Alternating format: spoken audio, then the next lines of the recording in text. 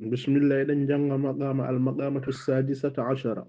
المغربية بتو سبو يجيكم كمغربية. حكى الحارث بن همام جنتي حارث بن همام قال أبي شهدت مسيديما متوت راما صلاة المغرب جول فترو في بعض مساجد المغرب يغا جماجي هيرنانجي ونور نبي المغرب. فلما أديت عندن متوتي نافلة جولو بفضها برا المول وشفعتها ɗimmitiri ɗum bi nafliha e nafila muɗum akaza ɗarfi nangi darannam rufqatan sete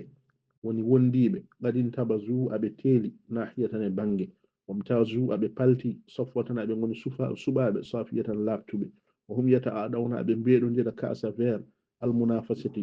gajodiral o yaɓtadi huna aɓe tafca zinada tastande almubahasati bittodiral faragibtu ɗe nder ɗum fi muhadasatihim e yewtidde maɓɓe di kalimatin ngam kongol tustafadugol ene naftore aw adabin ma walla gandal yustazadungal ene ɓeyde fa sa'aytu ilayhim jami fewde maɓɓe sa'aya yaadu almutadaffidi ñagotoɗo alayhim e dow maɓɓe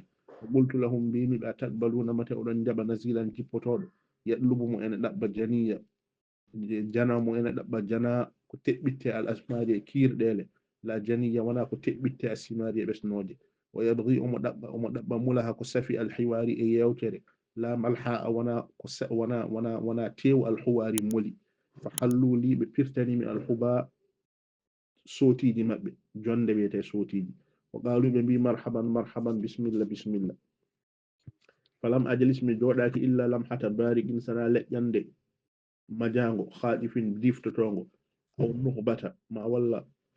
sikande ɗa irin ndiwri haifin hulndi hatta gashiyana ha huri min jawabun jirlotoɗo ala atiqihi ne wala bo makko jirabun gafakke fa hayyana o salminiri min bil kalimatayni konguɗi ɗiɗi o hayya al masjida o hofni jamaka bit taslimatayni tahiyatul masjidi summa qala refti o wi ya ulil albabi jomiraɓe haqqillaji wal fadli e ɓural allubabi ceergal ama ta'lamuna mata on ganda anna anfasa ɓuri horde al qurbati e dewe Allah tanfisu ko yolɗinde al qurbati caɗele o amtana ɓuri tidde asbabi e sababuji annajati daɗal muwasatu ko wallude zawil hajati jomiraɓe haaju wa inni min waman ahallani mi wondiri jippinɗo mi sahatakum dingiral moɗon wa ataha li hoddirani mi istimahatakum ñagade moɗon la sharidu mahalli komi tirɗo e nokku gasin goɗɗuɗo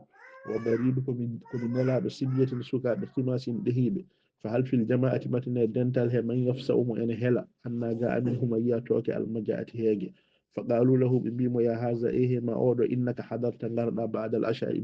كتشغل جول جيجي ولم يبقى هداك إلا فضلات سنة كد العشاء هراند فإن كنت بها قنو أن سد يندن رودون دون فما تجد فينا منو أن أدنيتها من كدو فقالوا إن أخ الشدائد مسيب تشديل لا يقنو إن يندرو بلفاظات برلاند الموائد اللائي ونفاضات بيتلاند المزاويد جوابا ريج وصلى الله وسلم على سيدنا محمد وعلى آله وصحبه